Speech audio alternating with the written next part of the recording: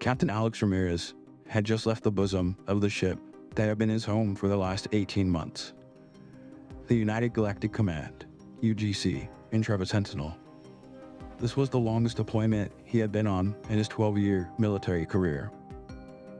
As a small space vessel pilot, Captain Ramirez rarely talked to fleet personnel, but over the last few months, he had developed a friendship with one of the ship's engineers, Master Sergeant Ryan Michael.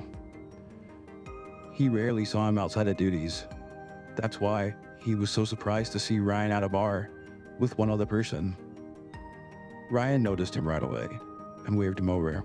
As Captain Ramirez took a seat, he joined the conversation between Master Sergeants Ryan Michael and Jackson Steele.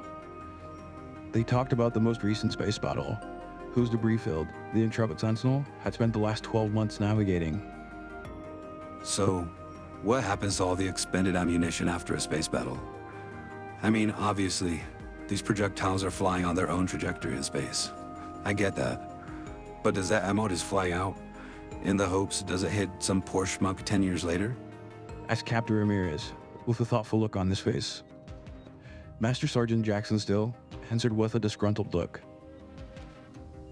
Well, it has its own trajectory, and at some point, it will hit something. The target, something behind the target, or some poor idiot tens of thousands of light years away.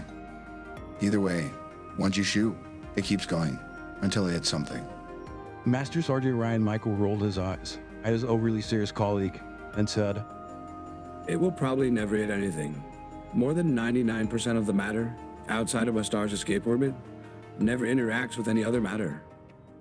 People fail to realize just how empty the vast majority of space is."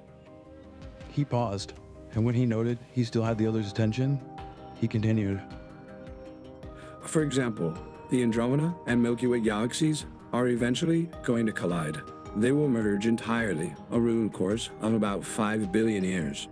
In that time span, it is highly unlikely that even one single star out of the 1.1 trillion different stars will ever come anywhere near the other star from the other galaxy.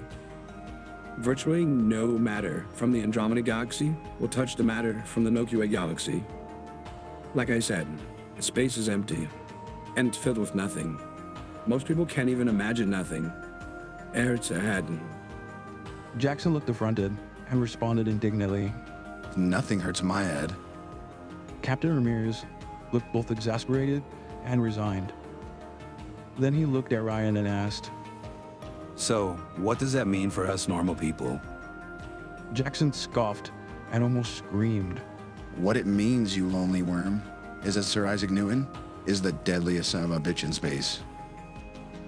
The conversation between them continued as they delved into the peculiarities of space in the aftermath of a space battle and many other inconsequential things.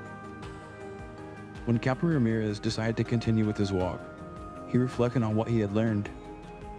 Physics was never his strong point, but it was interesting to see how the things he learned when he was young and in school had consequences, even in the vast emptiness of the cosmos.